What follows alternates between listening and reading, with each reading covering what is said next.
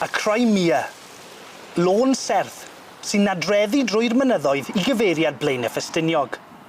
Cafodd ei hadeiladu yn 1854, tra oedd rhyfel y Crimea ar ei anterth gweidlyd. Rhyfel grefyddol oedd y Crimea yn erbyn Rwsia, ac yn lleol, mae rhai pobl yn credu mai carcharorion rhyfel Rwsiaidd nath adeiladu'r lôn 'ma. Darn o Rwsia ar yr A470? Falle. Nid y Crimea yw'r unig ryfel sydd wedi gadael ei farc ar fan hyn. Nid llawer sy'n gwybod am ryfeddod yn cuddio ar ochr y lôn. Craig fach a degau o enwau wedi cerfio arni.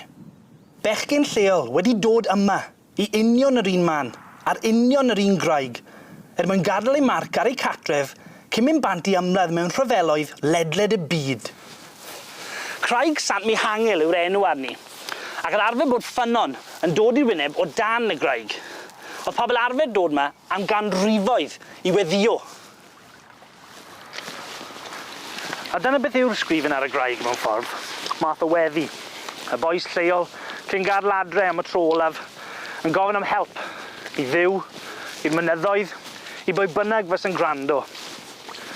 Tybed faint ohonyn nhw dath nôl?